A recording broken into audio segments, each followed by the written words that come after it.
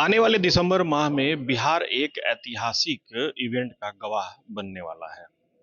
हमारे साथ अभी पद्म विभूषण डॉक्टर सोनल मानसिंह हैं। हम उनसे जानते हैं वो ऐतिहासिक इवेंट क्या है और इसमें उनकी सहभागिता क्या रहेगी। इवेंट क्या है मैम, और आपकी सहभागिता उसमें क्या है, पहले ये बताएं। गंगा कुमार जी ने जब ये बातें मेरे से की तो ये रहा कि सही दिशा में जा रहा है क्या, और कुछ उसमें जोड़ सकते हैं क्या, और जो नाम चुने जाएंगे, जिनको आमंत्रण जाएगा साहित्य के लिए विशेष करके सेशंस के लिए, तो कहीं कोई नाम ऐसा गलती से भी ना आ जाए कि जो विवादास्पद हो। विवाद तो होना चाहिए लेकिन कायदे से, और संस्कृति का इसमें क्या इसकी भागीदारी रहेगी वगैरह वगैरह। तो इसका मैंने जैसे कहा, विस्तार इतना है कि मैं भी थोड़ी सी अचंभित हो गई। मैं काफ़ी लिट फेस्ट में गई हूँ, लेकिन ये अपनी तरीके का एक अलग ही है। तो मुझे गंगा कुमार जी का हुक्म है और आलिया का कि ये शुरू से आखिर तक 5-6 दिन आपने वहीं रहना है। तो हुक्म माना जाएगा। आपने बिहार के आर्ट एंड कल्चर के बारे में अभी थोड़ी देर पहले अपने पुराने संस्मरण को याद किया। क्या दिखता है बिहार में आपको जो देश के दूसरे राज्यों से अलग हो, आर्ट एंड कल्चर के मामले में विशेष रूप से। आजकल बिहार ज्यादा आना नहीं हुआ, पहली बात।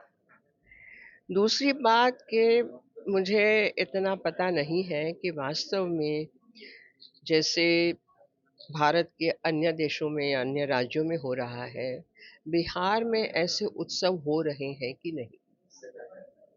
हम लोग तो जो आते थे वो संगीत नृत्य के कार्यक्रम घंटों चलते थे, और प्रेक्षक सभागृह में भरा रहता था।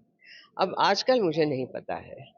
तो मैं चाहूंगी कि बिहार में मेरा आना जाना और त्वरित गति से हो, और हम अपनी कला आजकल हम जो कर रहे हैं, जैसे मेरी नाट्य कथा है, उसमें मेरे नैरेटिव्स हैं, मैं गाना गाती हूँ, मेरा अभिनय है, मेरे साथ संगीतकार साजिंदे हैं, मेरे नृत्यकार हैं। अभी मीरा का हुआ मंचन 2 वर्ष पहले, अभी चेन्नई जा रही हूँ लेकर। तो ऐसी भी जो नाट्य कथाएं हैं जो और कोई कलाकार नहीं कर रहा, न नृत्य में, न संगीत में, न थिएटर में। तो ऐसी चीजें बिहार क्यों नहीं देखना चाहता, और वो देखना चाहे भी तो बिहार के ही जो ऑर्गेनाइजर हैं, जो अ, अ, बुलाते हैं, उत्सव करते हैं, बिहार सरकार भी करती है, उन लोगों को इसका संज्ञान होना चाहिए। तो मुझे लगता है कि अभी और इस दिशा में, संस्कृति की दिशा में, क्योंकि जहाँ तक लोकगीतों का सवाल है, लोक नृत्यों का सवाल है, या हमारी जनजातियों का सवाल है, तो बिहार पूरा भरा पूरा है। अभी अभी इनका निधन हो गया, हमारी बहुत बड़ी यहाँ की लोक गायिका शारदा जी का।